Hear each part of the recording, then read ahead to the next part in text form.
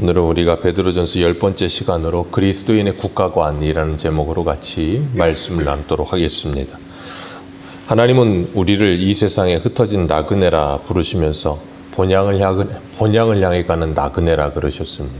우리가 더 나은 본향을 향해 믿음으로 살아가면서 이 땅 가운데서 때로는 시련과 역경이 있다 할지라도 하나님의 말씀 붙들고 하나님의 나라를 소망하며 살아간다 그랬어요. 그래서 우리에게 살 소망이 끊어질지라도 산 소망이 다시 생겨나게 하시는데, 사도 바울은 빌립보서에서 우리의 시민권은 하늘에 있다라고 표현해요. 우리는 예수 그리스도를 믿는 순간 이 땅을 살아가면서도 하나님의 백성으로 살기에 나그네와 거류민처럼 그리고 외국인처럼 살아간다 그랬어요. 그래서 그리스도인들은 엄밀히 말하면 이중국적자 같은 사람들입니다. 이 세상을 살고 있는데 예수 그리스도께서 찾아오셔서 우리 안에 하나님의 나라가 임하게 된 거예요. 그래서 우리는 하나님의 나라를 살아가면서 또한 이 세상을 살아가게 되는 줄로 믿습니다. 그렇게 하나님의 나라를 살고 있는 그리스도인들은 이 땅의 나라를 살면서도 이 땅의 나라, 하나님이 우리에게 주신 나라에 애국하며 사는 겁니다. 그러니까 각자가 하나님이 이 땅에서 한국 사람은 한국 사람대로, 미국 사람은 미국 사람대로 하나님이 각자 자신들에게 주신 그 나라를 위해서 기도하며 그 나라를 사랑해야 한다는 것은 성도로서 마땅한 의무인 거예요. 그건 마땅한 의무인 겁니다. 오늘 하나님께서는 13절 말씀에 인간의 모든 제도를 주를 위하여 순종하라 그러셨어요. 이 땅에 사람들이 만들어 놓은 모든 제도들, 그것은 주를 위해서 순종하라 그러셨습니다. 이 땅에 만들어진 모든 법들, 그 모든 법들의 기초 중에 하나는 뭐냐면 하나님의 말씀이에요.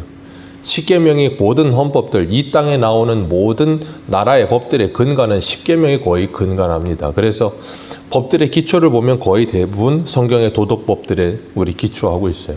하나님은 그렇기 때문에 인간의 모든 제도들, 법들, 그리고 나라의 모든 이 정치 유정자들의 모든 이 시스템들, 그런 것들을 주를 위해서 순종하라라고 우리에게 말씀하십니다. 그러면서 오늘 13절에 뭐라 그러는가 하면 왕이나 아니면 그가 악행하는 자를 징벌하고 선행하는 자를 포상하기 위해 보낸 총독에게까지 너희들은 순종하라라고 말씀하고 계세요. 우리나라도 이 국가 위정자들 그리고 대통령들, 분명히 하나님께서는 왕정 시대뿐 아니라 이 민주주의 시대에도 이렇게 국가를 다스리는 통치자들을 세우셨습니다. 우리가 잊지 말 것은 사람들이 투표해서 뽑는 대통령이고 정치 위정자들이지만 그 결국 그들이 선출되어지는 것은 하나님의 뜻인 줄 믿습니다. 하나님께서 그 모든 일을 하고 계신다라는 것에 대한 분명한 인식이 있을 때 우리는 그 대통령이야 모든 국가 정치 위정자들을 우리가 존중히 여기고, 그리고 또한 그들이 통치하는 그 모든 제도들을 우리는 순종할 수 있는 겁니다. 그 모든 통치하는 데 대한 우리가 순종하는 이유는 분명히 13절에 말씀하셨어요. 주를 위하여 순종하라. 주를 위하여 순종하라 그렇게 말씀하세요.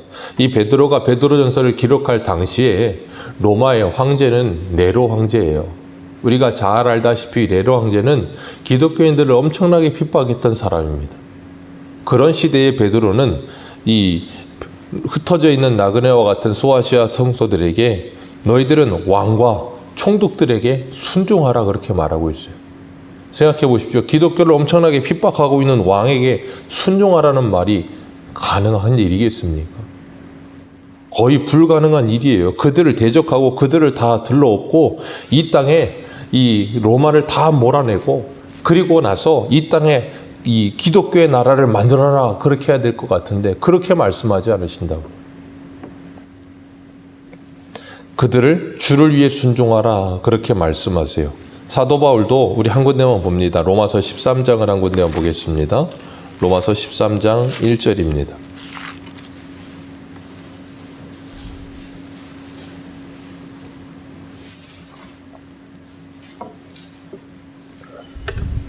로마서 13장 1절입니다.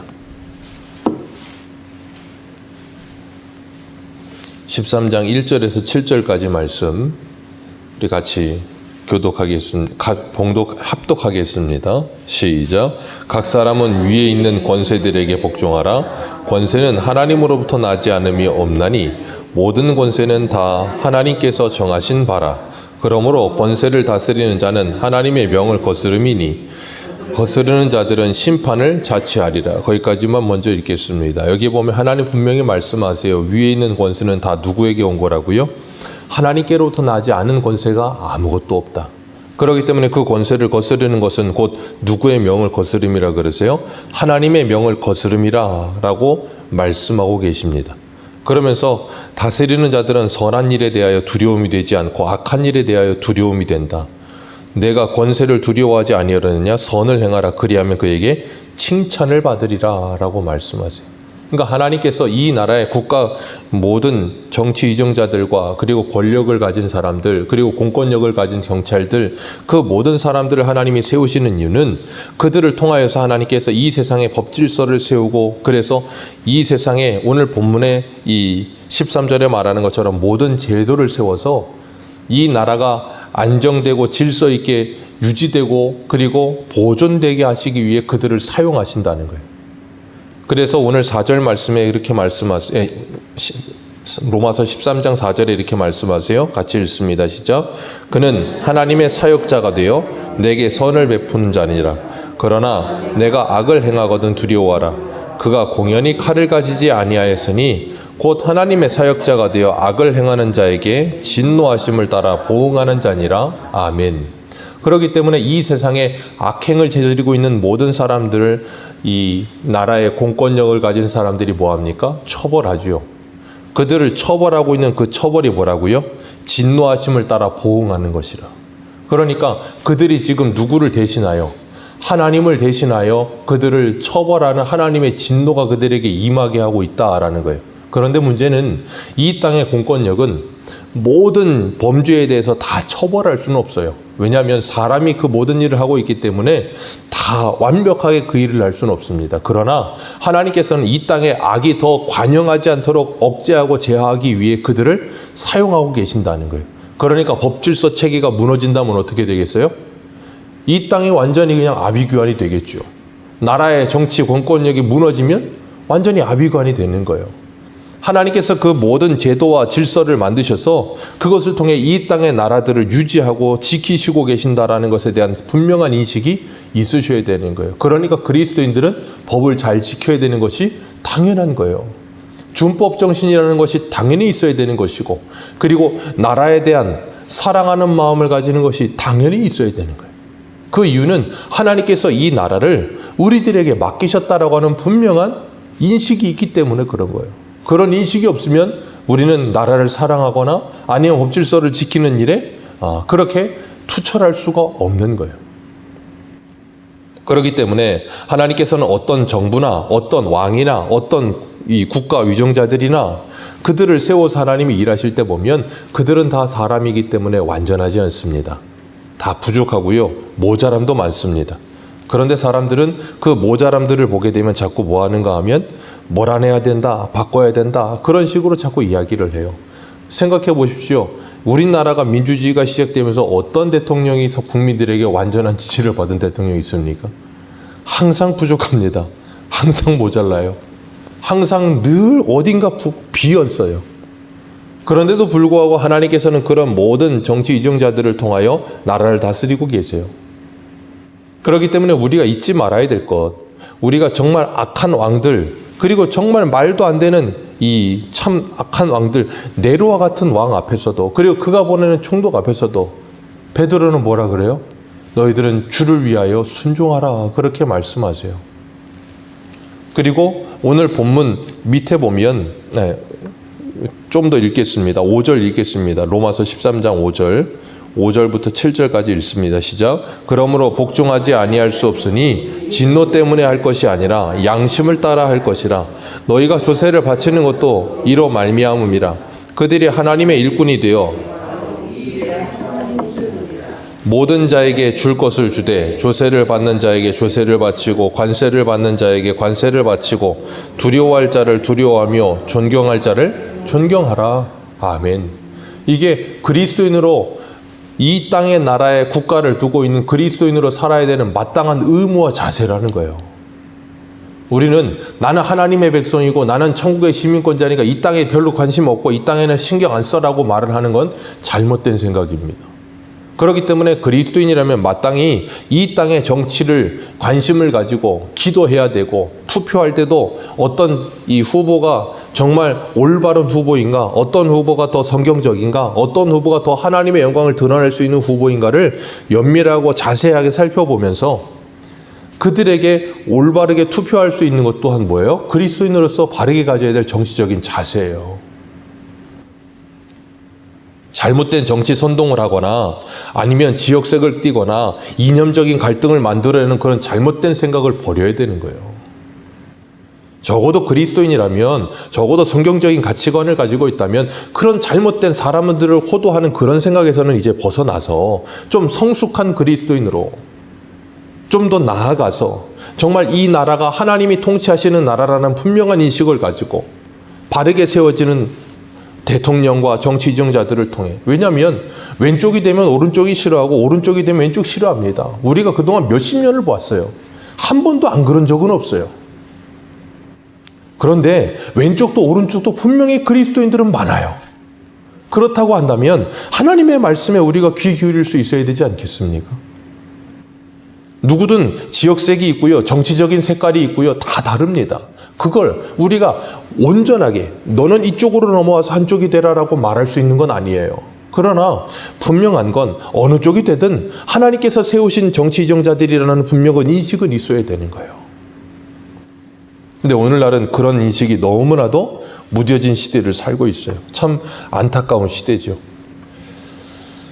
분명히 기억하십시오. 우리말에 윗물이 맑아야 아랫물이 맑다는 말이 있습니다. 그러나 윗물이 맑지 않아도 아랫물은 맑을 수 있어야 그리스도인입니다. 윗물이 맑지 않다는 핑계로 아랫물에 있는 우리도 맑을 필요 없다라는 생각을 버리세요. 윗물이 아무리 맑지 않아도 밑에 아랫물은 맑을 수 있어야 그리스도인인 거예요. 우리가 사무엘상을 보면 다윗은 사울 때문에 근 10몇 년, 거의 20년 가까이를 도망자로 삽니다. 그 골리앗 한번 쓰러뜨린 그 일로 인하여 다윗이 잘못한 게 아무것도 없거든요. 근데 그 일로 인하여 다윗은 정말 많은 고난을 당해요. 그리고 그 모든 고난은 다윗이 왕이 되기 위한 하나님의 훈련이었어요. 다윗은 자기를 죽이려고 하던 사울을 죽일 수 있는 기회도 많았습니다. 우리 한 군데만 볼까요? 사무엘상 24장 한 군데만 보겠습니다. 사무엘상 24장 3절입니다.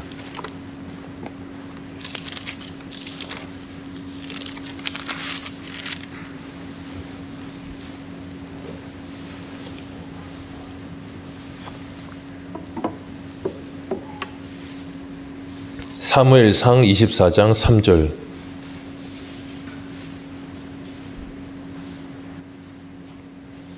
(24장 3절에서 7절까지) 읽겠습니다. 시작. 길가 양의 우리에 이른즉 굴에 있는지라 사울이 뒤를 보러 들어가느니라. 다윗과 그의 사람들이 그 굴 깊은 곳에 있더니 다윗의 사람들이 이르되 보소서 여호와께서 당신에게 이르시기를 내가 원수를 내 손에 넘기리니 내 생각에 좋은 대로 그에게 행하라 하시더니 이것이 그날에이니라. 다윗이 일어나서 사울의 겉옷자락을 가만히 베니라.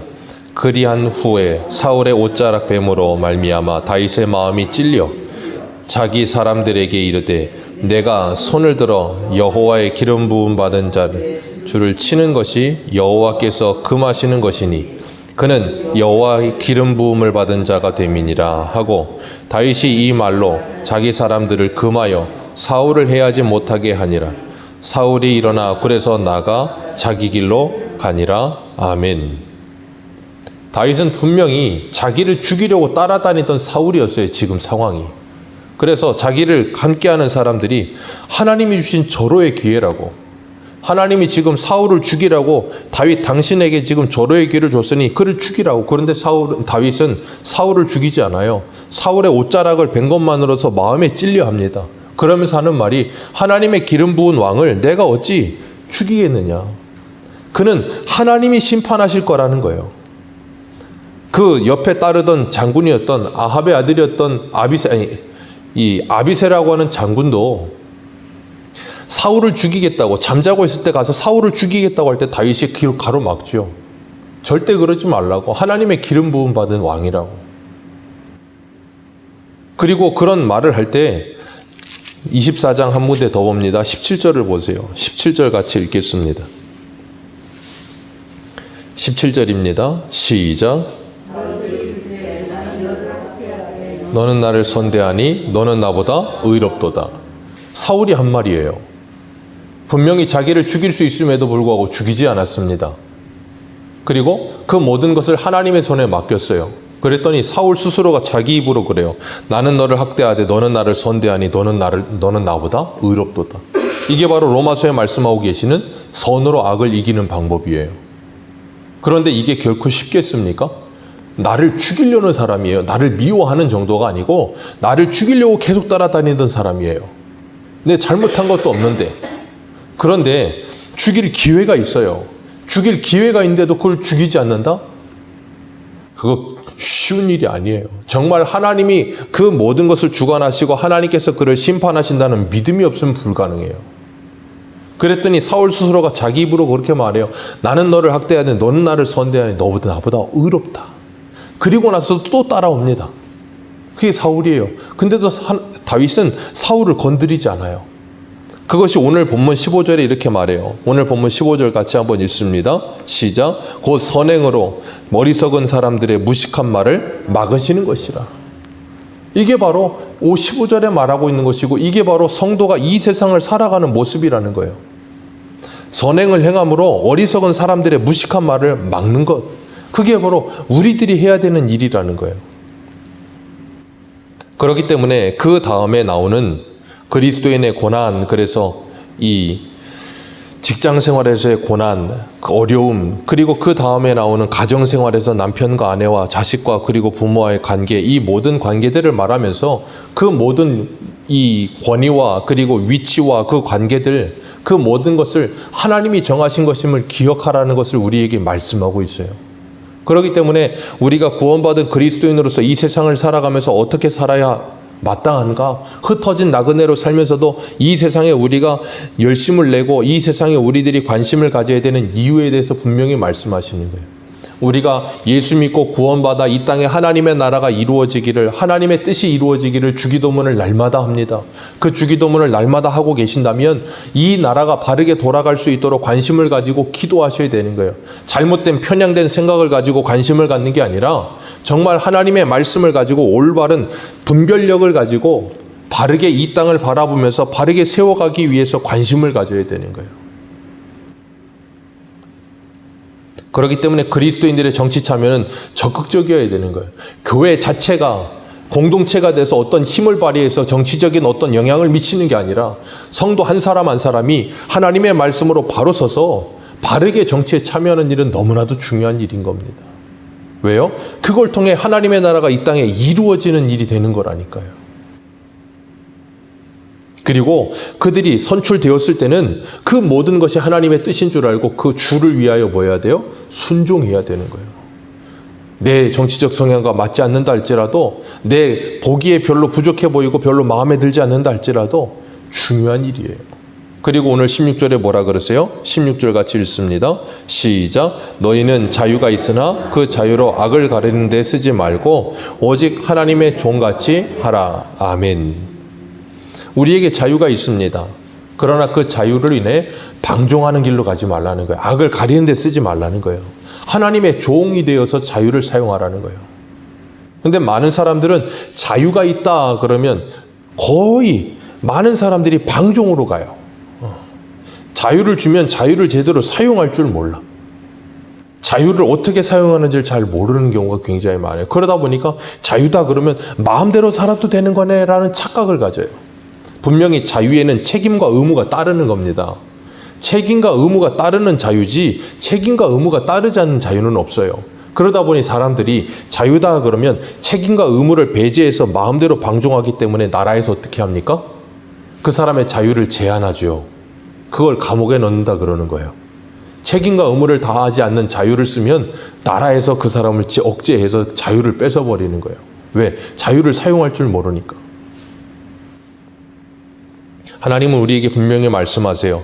우리에게 주신 그 자유를 가지고 악을 가리고 방종하는 길로 가지 말고 하나님의 종과 같이 살아라. 그게 뭐예요? 모든 것이 가하나 모든 것이 유익한 것 아니고 모든 것이 가하나 모든 게 덕을 세우는 것이 아닌 줄 알고 하나님의 자녀답게 이 세상 가운데서 아름다운 그리스도인으로서의 자유를 사용하라는 거예요. 그래서 17절 같이 읽습니다. 시작. 무사람을 공경하며 형제를 사랑하며 하나님을 두려워하며 왕을 존대하라. 이게 뭐예요? 자유를 가진 그리스도인의 삶의 태도여야 된다는 거예요. 하나님께서는 우리들에게 자유를 주셨고 인간의 모든 제도를 우리에게 주셨습니다. 그 모든 것에 주를 위해 순종하고 그리고 왕을 존대하며 하나님을 두려워하는 마음을 가지고 오늘을 살아가면서 이 땅 가운데서 하나님의 자녀답게 믿음으로 살아가는 저와 여러분들 되시기를 주님의 이름으로 축복합니다. 기도하겠습니다.